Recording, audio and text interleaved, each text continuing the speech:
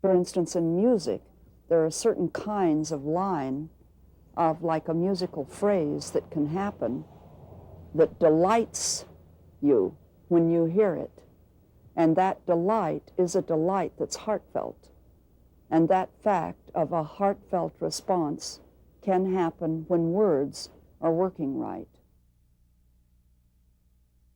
Learn a little patience and generosity. If you see apocalypse in a long red car or a flying saucer, sit where you are. If you feel a little bliss, don't worry about that. Give your wife a kiss when your tire goes flat. When your tire goes flat, when your tire goes flat, keep your heart on under your hat. If you can't think straight and you don't know who to call, it's never too late to do nothing at all. Do nothing at all. Do nothing at all. Never too late to do nothing at all.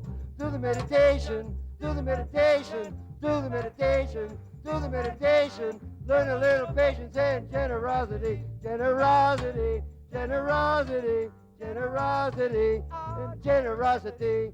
Get yourself together, lots of energy, and learn a little patience and generosity.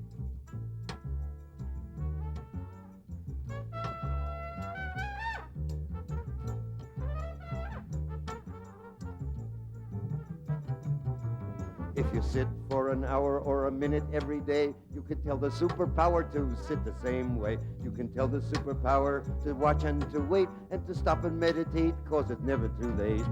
Tell the superpower to watch and to wait, cause it's never too late to learn to meditate. Do the meditation, do the meditation, do the meditation, do the meditation. Learn a little patience and generosity, generosity, generosity, generosity, yeah, generosity. Get yourself together, lots of energy, and learn a little patience and generosity. Do the meditation, do the meditation, do the meditation, do the meditation. Learn a little patience and generosity, generosity, generosity, generosity, and generosity.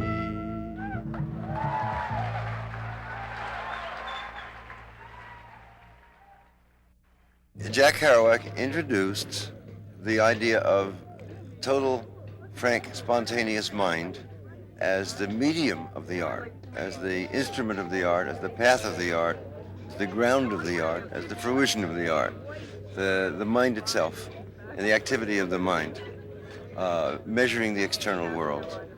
So he introduced that total honesty of examining the mind rather than attempting to fake a picture of the external world that the mind sees. So he included the mind in his picture of the external world.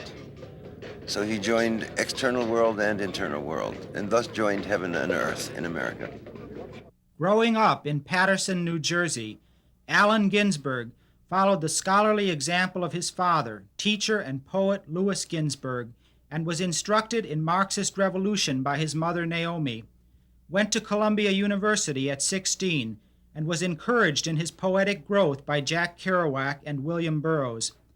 For years, in travels through America, Mexico, Europe, and Asia, studying a variety of religions and putting himself through numerous psychic experiments, Ginsberg winnowed out the essentials of human consciousness, and relating these to the endless in and out flow of breath, he has produced a poetry that is always as true to the evolution of the universe as to the needs of the thousands of people who pass yearly through his life.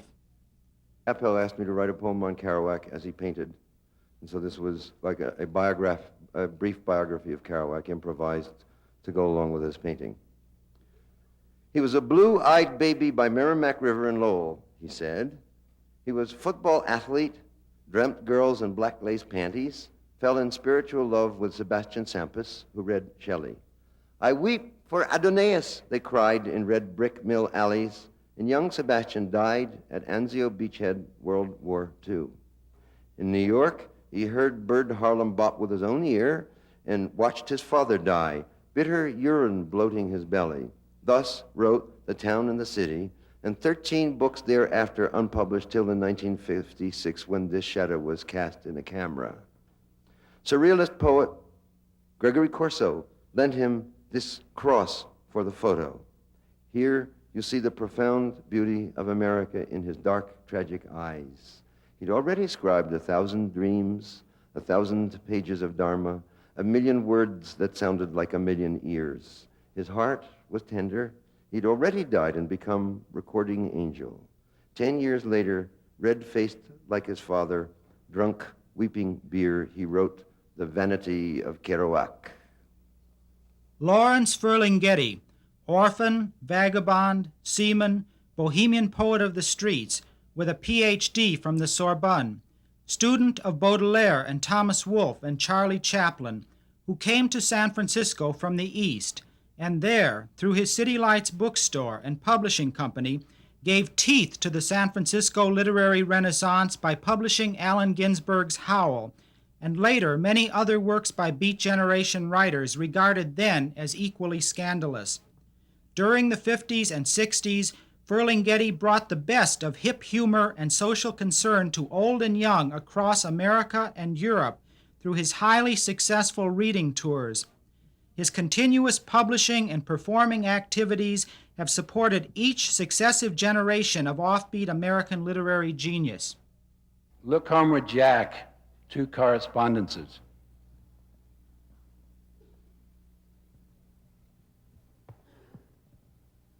They're prose poems.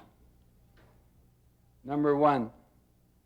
Cruising down long winding highway near Asheville and looking east over vast high plains stretched way below Blue Ridge horizon, from high on that highway coming down and round a bend and seeing a rapt panorama laid out like the altiplano of Tenochtitlan, ancient Aztec Mexico as I saw it coming down past Popo from the west and Tepoztlan, the old Aztec capital, there spread out before Cortez, under the verdant forest jungle like rich, deep blue-green woods and fields running to the horizon like some blue-green sea, the whole Aztec civilization alive there, hidden under the lush green canopy.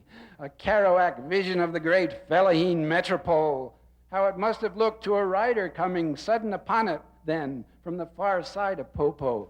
Some great warrior on horseback, stoned on peyote, with gold headpiece and flashing sword, staring down at the sleeping, hidden, huge island city in early morn.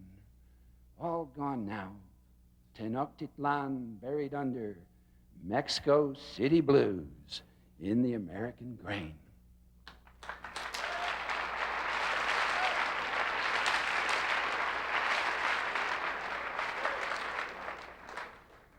Look Homeward, Jack, Part 2. In the Thomas Wolfe boarding house in Asheville, rooms he slept in, typewriter he once used, his books and clothes and photos. One early photo looking exactly like a young Jack Kerouac, set me musing, high on Mexican grass. Sweeping vision of America in Look Homeward, Angel, seen by the young Eugene Gant as he rode a train through the American dusk, to flash upon the window and be gone. Wolfe's place, said Maxwell Perkins, was all of America. So with Jack, Kerouac's vision, a car vision, seen from windows of old autos speeding cross country, the same Wolfian old pre-war America now all but gone invisible, except in Greyhound bus stations in small, lost, dusty towns. And Jack's Lowell, Mass., a mill town too, and Nashville, like a mill town after the mills moved south early in the century, carrying Canuck ghosts with them.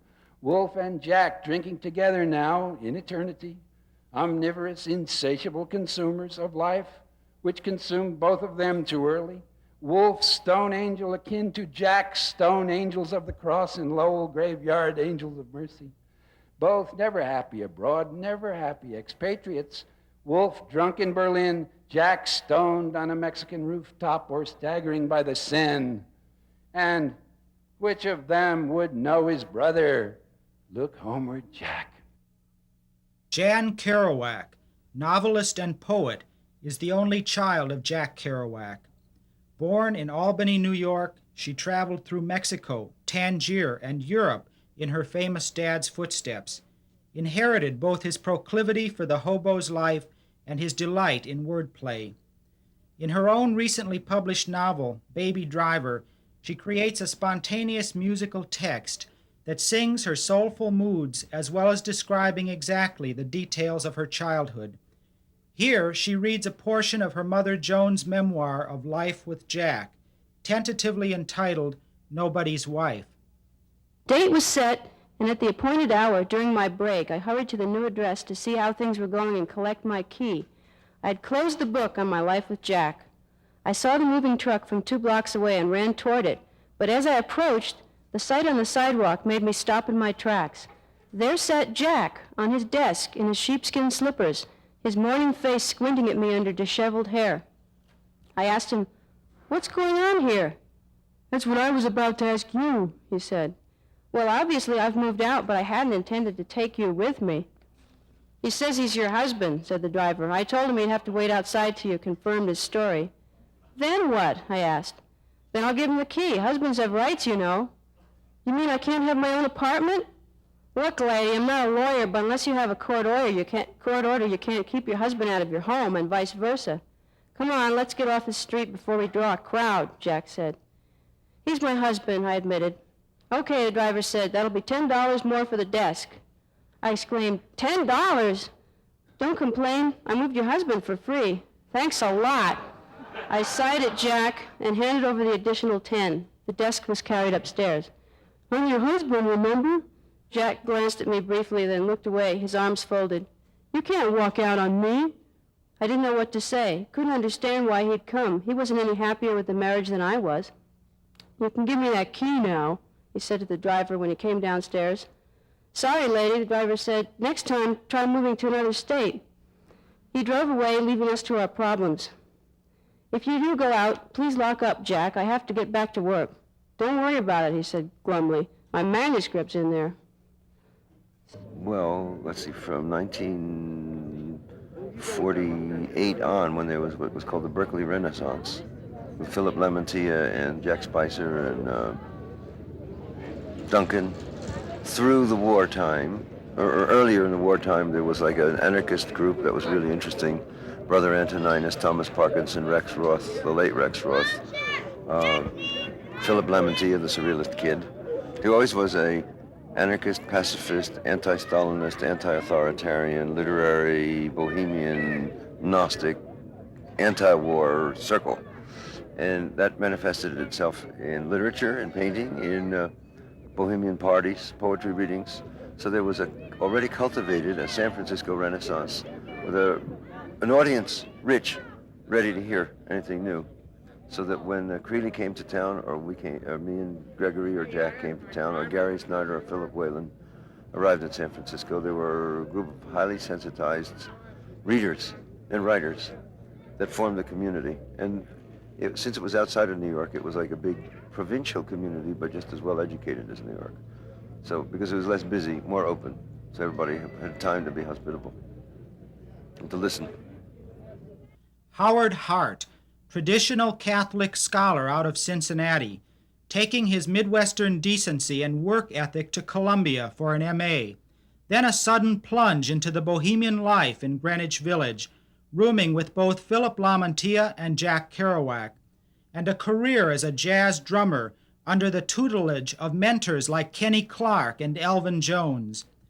All the stops are pulled in his exploration of the entranced states of erotic love, and his authentic surrealist images are always carried lightly by the exercise of a mind developed over years of solitary discipline as a spiritual athlete. I was a drummer till I was 19, and I started combining drumming and being what they call an intellectual. And I was an editor in a lot of New York places, but I always wrote my own work. And then Kerouac came through town, and he was a friend of the guy who was rooming with me, Lamantia. So we said, let's go on, try to play at the Circle in the Square Theater, which now is about $19 a shot, And I told them this is what I wanted to do, I want to bring Kerouac on, Lamantia on, and me on. And they said, okay, because we're still considering your play, And so It's the way it went. I mean, Kerouac used to be fascinating. We had David Amram, he's the conductor of the Brooklyn Philharmonic right now, you know. We had him as our musician. And he could stay with anything we did. And I think Kerouac was excellent, and I know Philip was excellent, and so many people told me that I was excellent, I started to believe it. Maybe that was my first mistake. Philip Lamantia, native San Franciscan who came to New York City as a teenager, pronounced the first true American surrealist by André Breton, helped to edit View magazine, later explored the jazz and Afro-American rhythms of Harlem in pursuit of original mind, automatic revelations, and the imaginative thrust into the unknown. Early on, he was a sweet, gentle Catholic mystic scholar, saving souls with the grace of poetry. Later, returned to San Francisco, a somewhat reclusive researcher into universal secrets of tribal myths. And despite his tenderness, an intransigent bearer of Native American literary heart fire. Poe, Baudelaire, One Echo in Two. Home is the domain of Arnheim, as it slips out of gear, falling through entangled metals of its sublime view, from all the winged forests, the windowsills of an old house at the bottom of anywhere out of this world. Well, I'll read Time Traveler's Potlatch, which is a game that was invented a few years ago by surrealist friends of ours in Chicago. And as in the Northwest Amerindian potlatch tradition of sumptuousness and excess, gifts are offered to those who attract the imagination of the giver. For Simon Rodia, the sudden appearance at once of 1 million Americans in Watts in order to be in close proximity to his towers. For Charlie Parker, the materialization of his old green jacket reforming the flag of the future republic of desire and dreams. For Edgar Allan Poe, upon awakening, an original copy of the first Surrealist Manifesto. For Charlie Chaplin, his wrench of modern times reconstituted as Merlin's magic wand. For Bela Lugosi, a chance meeting with Morgan Le Fay at the observation roof of the Empire State Building. For William Collins, his Ode to Fear, engraved in banishing letters on the Scottish Highlands between the bleeding milk of night and the death wish of the coming day. For Clement Magloire Saint-Aude, who is a great Haitian poet, died a few years ago. André Breton claimed he's the greatest poet in the French language, I guess after Aimé Césaire, the other black poet of this century. The cinematic projection from a hummingbird's eye of Charlie Parker's spontaneous musical session at Bop City, San Francisco in 1954, fixed in an order of black, white, and red crystallizations volatilizing the human brain on the brink of an evolutionary mutation through a circle of blazing rum. I just don't want to stop talking, and writing's the only way I can keep talking even when nobody's there. Raised in West Texas, an actress on radio and stage, painter and collage artist Bobby Louise Hawkins survived with a variety of jobs like missionary schoolteacher and itinerant saleswoman that later provided material for her satiric short stories and down-home black humor. Through marriage to Robert Creeley, she was connected to the Beat Circle of writers, but she remained her own woman, publishing her poems and stories as well as illustrating the work of others. She has spent the past several years performing around the world, often with folk musicians Terry Garthwaite and Rosalie Sorrells. I think there's a kind of thing that words do that's equivalent in music, say, to sympathetic strings, where when you have an instrument being played, and you have like a guitar, and you have a guitar lying on the bed, you'll have guitar strings and the one that's not being touched vibrating relative to the music. I think that writers have that same effect relative to words and concept. Words are lively. to writers. Constantly risking absurdity and death. Whenever he performs above the heads of his audience, the poet, like an acrobat, climbs on rhyme to a high wire of his own making, and balancing on I-beams above a sea of faces, paces his way to the other side of day, performing entre-shots and sleight-of-foot tricks and other high theatrics, and all without mistaking anything for what it may not be. For he's the super-realist who must perforce perceive taught truth before the taking of each stance or step in his supposed advance toward that still higher perch where beauty stands and waits with gravity to start her death-defying leap. And he, a little Charlie Chaplin man, who may or may not catch her fair eternal form, spread-eagled in the empty air of existence.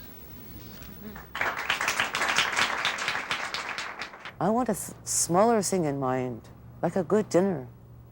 I'm tired of these big things happening. They happen to me all the time. Joanne Kiger grew up in Santa Barbara, where she studied at the University of California. Taking part in the San Francisco poetry renaissance of the late 50s, she apprenticed herself to Jack Spicer and Robert Duncan. In 1960, she married Gary Snyder in Japan, and in 1962, she and Gary joined Allen Ginsberg and Peter Orlovsky on their travels through India. After returning to the U.S., she spent the next 2 decades mostly in and around San Francisco, publishing poetry and segments of her journals. Helped by her studies in Buddhism and American Indian folklore, her work has been steadily developing the grace of a life reduced to the simple aim of being alive. Often I try so hard with stimulants which only graze the surface, like I wish to become surface, whereas the real state is called golden, where things are exactly what they are. This is a news bulletin from Keith Lampe. It's called Soon. Little Neural Annie was fined $65 on the Oakland traffic court this season for driving while in a state of samadhi. California secular law requires that all drivers of motor vehicles remain firmly seated within their bodies while the vehicle is in motion. This applies to both greater vehicles and lesser vehicles. Born Harvey Martin Silver in the Bronx, Jack Micheline read James Farrell's novel Studs Lonergan in a dark alley, joined the Army, and began his own pilgrimage across America through boarding houses, cheap hotels, and all-night cafes, always seeking out the people with beautiful hearts and souls, always praising courage and condemning fear. A bohemian poet who never wanted fame or commercial success, he has published 12 books during 3 decades, and audiences of young people continue to clamor for his rousing live performances of poem and song, fresh and vital, like the works of such mentors as Langston Hughes, Vachel Lindsay, and Maxwell Bodenheim, with the pulse of the street. I have no friends, I am a poet. It is 2 a.m. as I walk in the air, the silent roar of buses up Market Street. It is a dark night with no stars, and the Twin Peaks bar is full of fags. Lumpy the murderer walks with me, and the Spanish girl with wild eyes is silent. Lumpy is carrying a knife to pull some job, and the Spanish girl already full of cocaine and flowers. One cannot talk a poem. It is a stepping stone to stars, to the ability to walk out into infinities. All the cat wants to do is cross the street. It is 2, and they will serve no more drinks tonight. Yet the lights are bright at the Mint on the Boyce, and each poem is the last call, the last foghorn amid the concrete, glass, and spires of a city. One must seek to move forward. The Fillmore bus driver has one eye open, and all I pass are drunks and freaks, rebellious youth, and misplaced stars. The music is not the music of silence. It is the music of America that has lost its way, fat, gutless, and decaying like the whales already dead on the beaches. A poem must seek the youth and shadow. It is a crippled curve of a scythe. It is the lack of love and greed that is the enemy. No poem can compensate for that. There are no prizes in the arts. The steps of poet cuts at the fog. A poem is an escape from prison to create new realities. A poet is a criminal of nature. He is against all factions. He is the roach that never gave up, the lemming of Saskatchewan, the ghost himself, the cat that crosses the street and no one notices. As I walk the street tonight, 3 crimes will be committed: murder, arson, and rape. And the greatest crime of all: 1 hand, 1 gun, 1 knife, 1 eye, 1 fist, 1 tongue against another, some faction, 1 family, all wanting more, never satisfied. The jungle, the prize fight, the ball game bigger, be a winner. Bullshit, I scream. Fuck power. All these are members of the toothless academies. The police bent on law and order, and the petty burglar with the paper bag climbing a fence. Hold it, motherfucker, the cops scream. Bang, bang, shot in the back, dead on the sidewalk, his eyes like poems. Shot by fear, the burglar, the suspect, the poet, the ones on top of the pyramid, again laughing, controlling it, making sure the cat does not cross the street. And the poet with courage, the one that drops the seed, remains unsung, unknown. Surely man is a little creature indeed.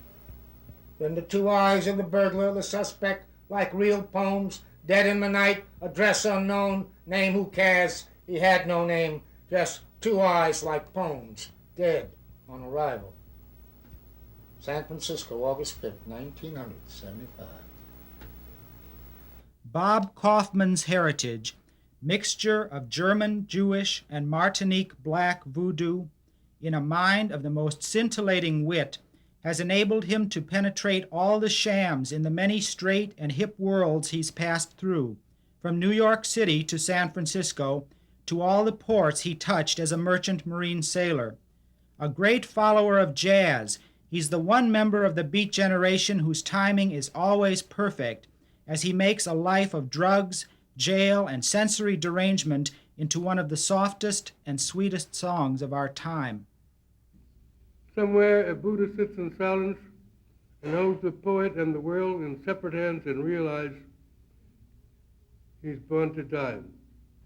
The blood of the poet flows in his poem so much that the others demand an explanation. The poet answers that the poem is not to be explained. It's what is the reality of the poem cannot be died. The poet, a fish with frog's eyes. Creation is perfect.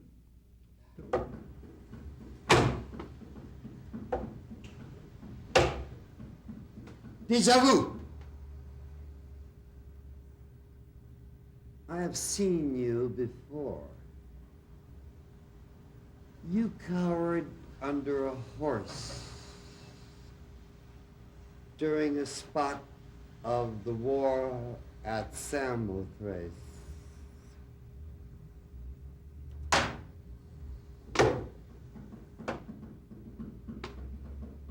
I have seen you before in The Hague, where the ducks waddled and sang. You were before me in line for a movie in Venice. You had a bag trailing fine knitting. I saw the needles peeking like overaged children.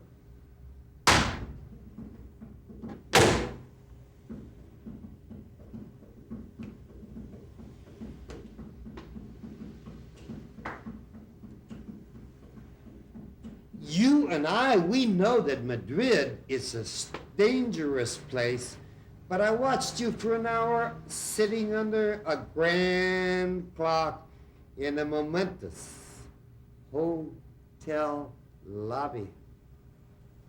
I went up in the elevator, and on the 4th floor, I killed myself.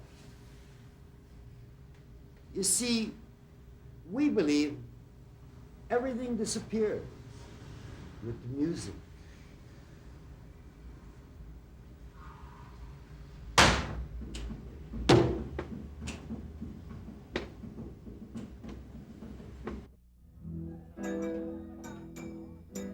on a bar stool in Barstow. I met her in Kingman.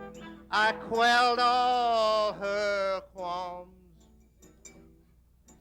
Ken Kesey, wrestling champion and young novelist from Oregon, came to California as a result of reading on the road, polished his technique at Stanford University, and became a national bestseller with One Flew Over the Cuckoo's Nest, paying serious attention to society's rejects in a mental institution.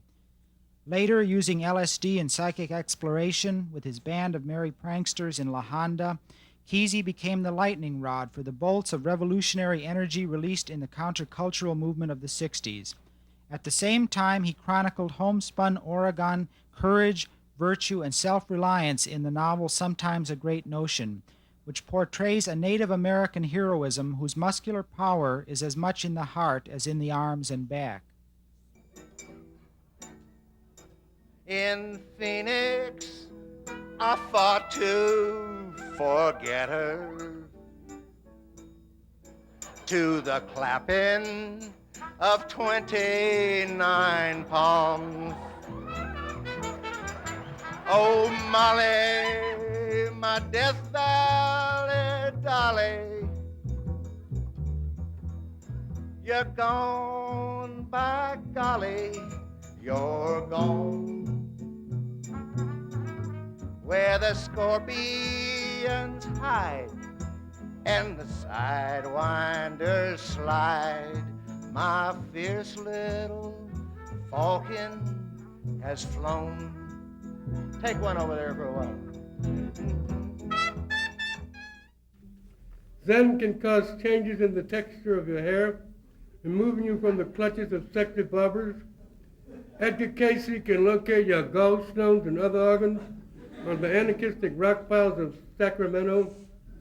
Voodoo Marie can give you Laura's abstract horses, snorting guides to tall baby black masters. Billy can plug you into the Christ machine, mail in your mind today. Hurry, bargain God, week lasts 1 week only. Abominous actions, Egyptian mummies are lousy dancers. Alcoholics cannot make it on root beer. Jazz never made it back down the river. Licking postage stamps depletes the body fluids. Fat automobiles laugh more than others. Men who die in wars become seagulls and fly. Roaches have a rough time of it from birth. People who read are not happy. People who do not read are not happy. People are not happy. The trees were large and old and went down when they widened the streets across this whole nation, part and parcel with when the cars went big as a value, big streets for big cars. That kind of trashy thinking where the exterior was suddenly the winner and got all the goods. What in God's name did they think was going to come down those streets that needed that much room? Forward thinking, like cargo cults put their little piece of landing strip in the middle of their home place and wait for the great silver gods that have gone into the sky and pass over their heads to notice, see, we have made a place for you dug into the body of our place, and we wait. See, we wait. And the trees went down, and the houses that had been dappled with shade and private, each one a thing, they got dumped onto the street and stood exposed and naked, and now you could see things about them as that there had been only 3 patterns the builder used, and seeing the same house repeated cheapened it, and the houses shamefully acknowledged their new condition by becoming whatever sign was nailed to the front: Realtor, Sunshine Insurance, Inc., Massage, Artistic Framers. And the gods never came. The streets never justified their widening. The cars got smaller, shrank as the years passed. They had lost their chance. The cars were finally not what they had tried to be in the greater American imagination. Remember how we deplored it? Think how long we hated the growing cars, and it kept continuing to be just the same. Remember, we were deploring it even as they were putting the sharp fins on the back that literally killed people by stabbing them when all the driver meant was to back up.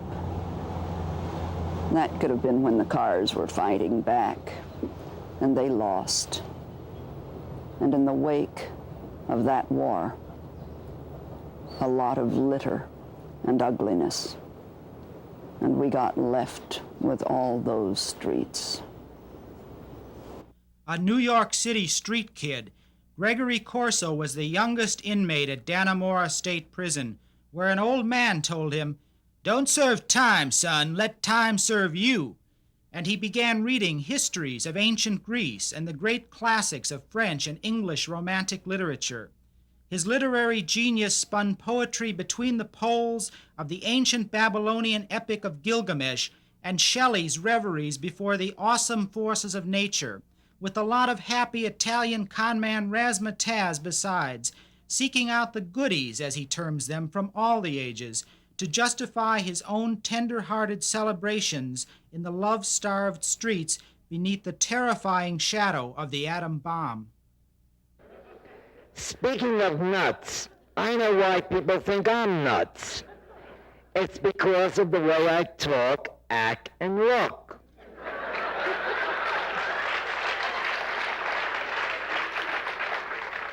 This is for the sisters. Women. I know why women are the way they are. 99% of men don't know, and 50% of women don't know why women are the way they are. They are the way they are because they don't fear death like men do. i.e., they fear it less. When a man dies, it's kind of spooky.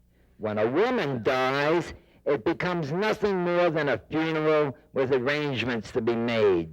The flowers, the black shawls, the tears. But the death of a man, ye gods, it spooks everyone. Why? I know why.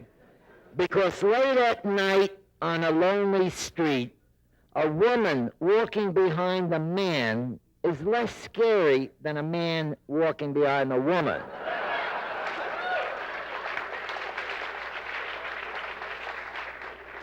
But the truest reason why women are the way they are, and men, for that matter, why they are what they are, is because women are magical and men mystical. I, unlike most men, have the confidence of the female. They have, in my lifetime, honored me with their confidence. And the best time to confide with them, I learned, was after having sex with them. High-class pillow talk has proven beneficial many a time. They, women, become so intrigued with my gaining their confidence, and theirs mine, that they allow you a decent rest before going crash-bang after their God only knows zillionth orgasm. I know what most people are afraid to know. I know the truth about myself. Most people also know, but they don't want to know. Don't even want to hear about it. I've ruined many a nice, fancy, happy dinner talking about things people know but didn't want to hear.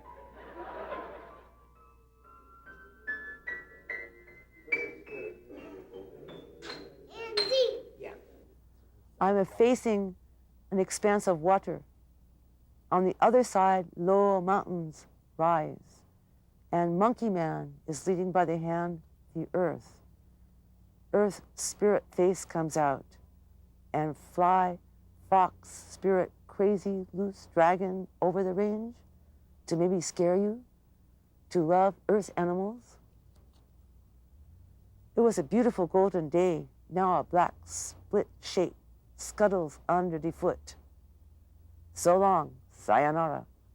The fat cat dozes down. I could use a little rest, too. I only slept 11 hours last night. Wrote some letters, swept the floor, planted 2 rows of onions, snow peas, and now I'm looking forward to washing my hair. When I step through the door, everything has changed. Finally, it's out the door. Past homes, down the trail, the lovely beach draws me into its drawing. Finally, I am past the fear of life's paucity. Green angels stream in hot California, and in the stillness, seeds popping. Harold Norse, student of literature at Brooklyn College and New York University. His poems published widely at a young age and recipient of an accolade from William Carlos Williams, later expatriated himself to Europe to study in depth many cultures, including the Greek, French, and Italian, in order to refine the deep humanistic values of tolerance and compassion that were his by nature. At the Beat Hotel in Paris, he pioneered cut-up techniques with William Burroughs. Norse brings a clean line of American breath phrasing to classical homoerotic themes, as well as to the latest catastrophes of American militant materialism, as he speaks to the best in all of us, demanding that we pay close attention to the misery, but never forget the dream of the Golden Age. I think it was 1952 or 1 that William Carlos Williams invited me to read at the Museum of Modern Art in New York. And E. Cummings was in the audience, and he came up to me afterwards and got to know him. At that point, whether I knew it or not, I had 2 influences in the spoken language of American speech, which later became William Carlos Williams' major contribution to American letters, which Allen Ginsberg had been most influenced by. And earlier, as a matter of fact, in 1944, Allen Ginsberg and I met on the subway in New York.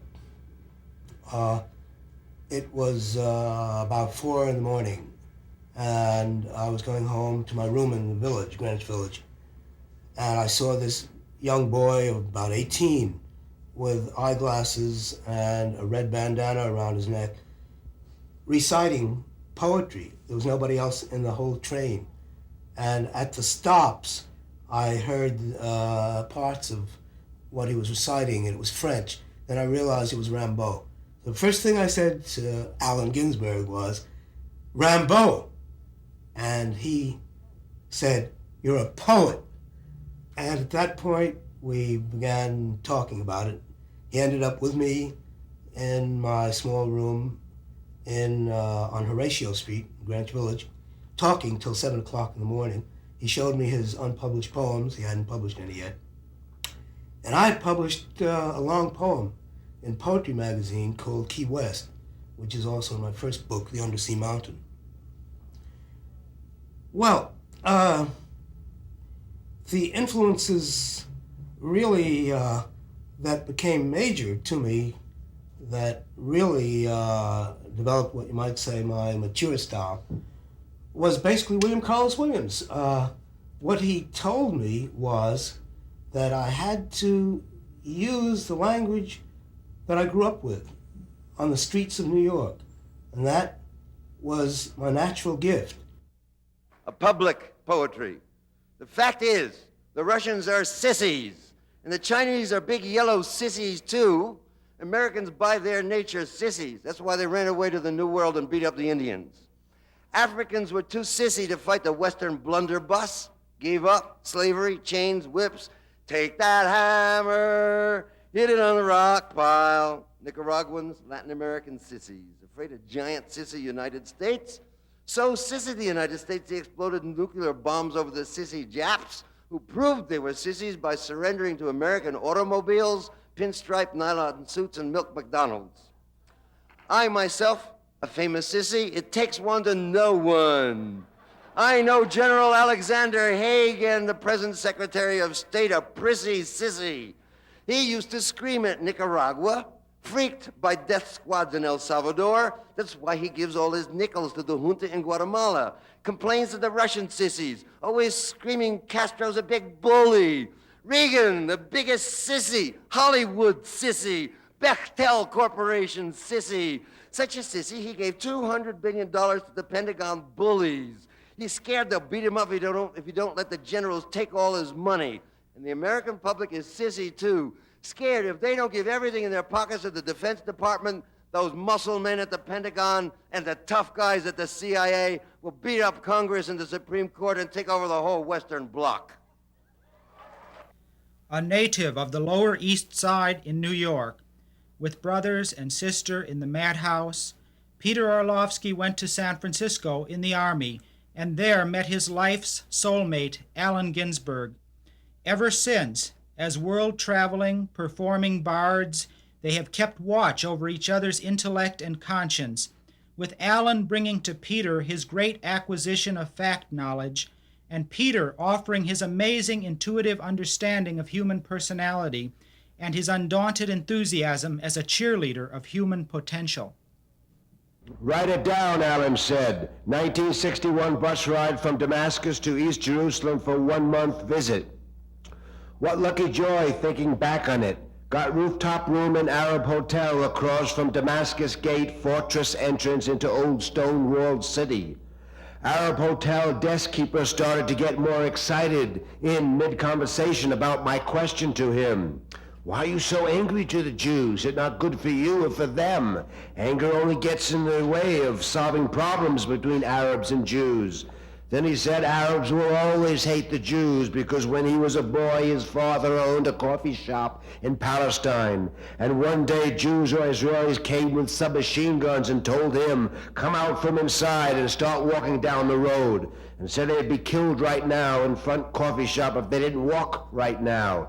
They stole his coffee shop and gave him anger in return for his coffee shop.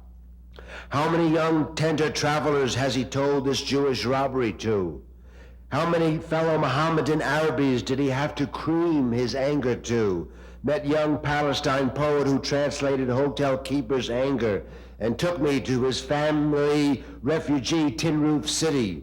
Rich anger that sprouts years of memory anger. Poor anger sprouting buds of tongue pain. His coffee shop now only a tiny emotional photograph behind his front skull bone. So it's called All Survived. The United States of America bombed itself 86 times in the 1940s, 50s, and early 60s. It bombed its Utah, it's New Mexico, it's Nevada, and clouds took it to all surrounding states.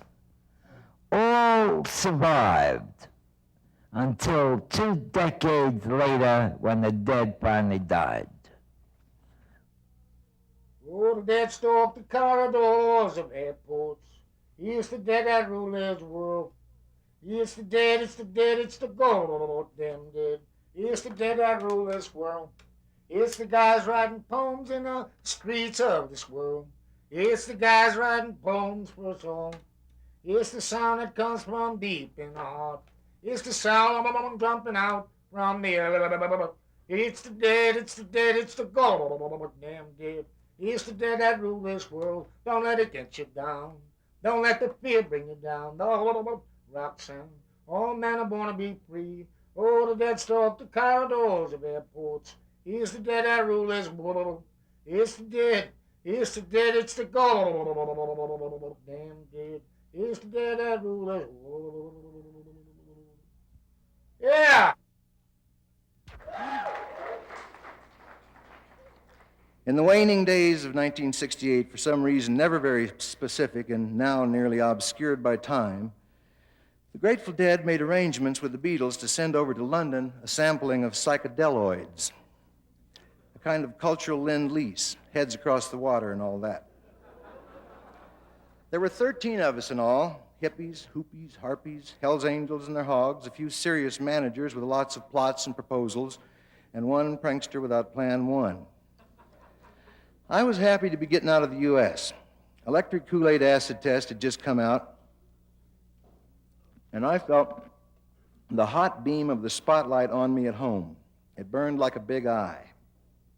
The voltage of all this attention scared me a little and titillated me a lot, and I needed a breather from it before I became an addict or a casualty.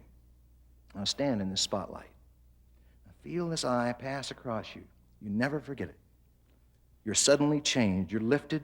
You're singled out. You're elevated out and alone above any of your old bush league frets of stage fright, nagging scruples, etc. Self-consciousness and irresolution melt in this beam's blast. Grace and power surge in to take their place. Shooting speed is the only thing that's even close. Drowsing protoplasm snaps instantly to Bruce Lee perfection. Enter the dragon. But there's the scaly rub, right? Because if you go around to the other end of that eye and look through at the stars shining there so elevated, you see that this adoring telescope has a crosshair built in it and notches on it, and the barrel filed for luminaries: Kennedy, King, Joplin, Hemingway. The heart never grows old. It grows stilettos, thorns, rays. It is the cup of knowledge. It grows to the gnosis of becoming the gate of streamlets in a jungle of power. It contracts, growls, spits, scratches. Eagle talons are its outcroppings. The divine Dasad is the heart's dilation, and the heart dies, never to grow old. The heart lives and makes love to the brain. I'd like to read the first poem that I wrote in San Francisco, written at the Cafe Trieste. At the Trieste. The music of ancient Greece or Rome did not come down to us, but this morning I read Virgil's eclogues, struck by the prophecy of a new era. A great new cycle of centuries begins. Justice returns to earth, the golden age returns, he wrote, 30 years before the end of his millennium, describing the birth of the infant God come down from heaven. Jesus was 19 when Virgil died at 89. Will the golden age never come? Same faces thrown up each generation, same races, emotions, struggles, all those centuries, those countries, languages, songs, discontents, they return here in San Francisco as I sit in the Trieste, recitative of years. O Paradiso, sings the jukebox, as Virgil and Verdi combine in this life to produce the only golden age there'll be.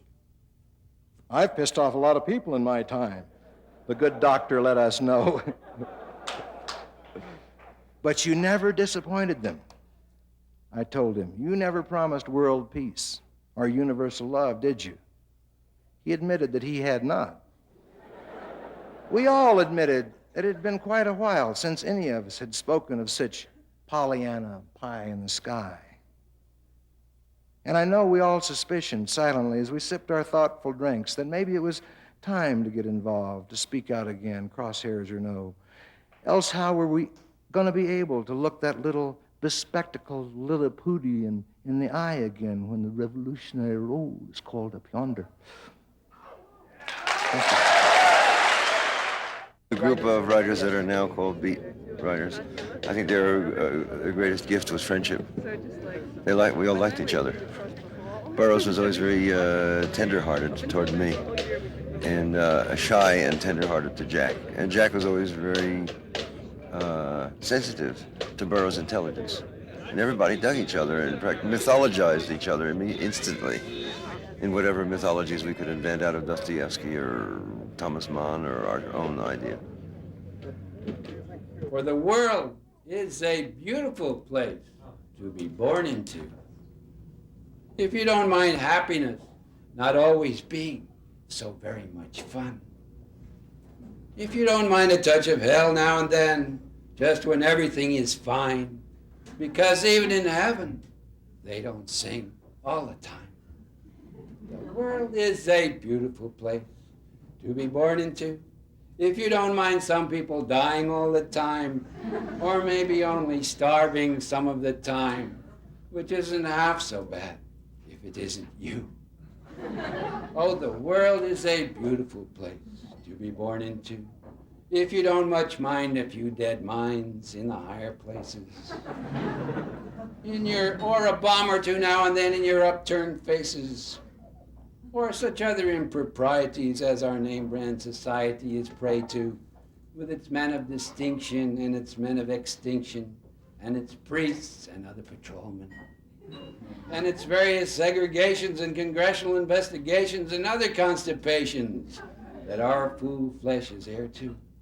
Yes, the world is the best place of all for a lot of such things as making the fun scene and making the love scene and making the sad scene and singing low songs and having inspirations and walking around looking at everything and smelling flowers and goosing statues and even thinking and kissing people and making babies and wearing pants and waving hats and dancing and going swimming in rivers on picnics in the middle of the summer and just generally living it up. Ow! Yes, but then, right in the middle of it, comes a smiling mortician. In later days, remembering this, I shall certainly go mad. Reading sung poems, I think of my poems to Neil, dead few years now, Jack, Underground, Invisible. Their faces rise in my mind. Did I write truthfully of them? In later times, I saw them little. Not much difference, they're dead. They live in books and memory, strong as on earth.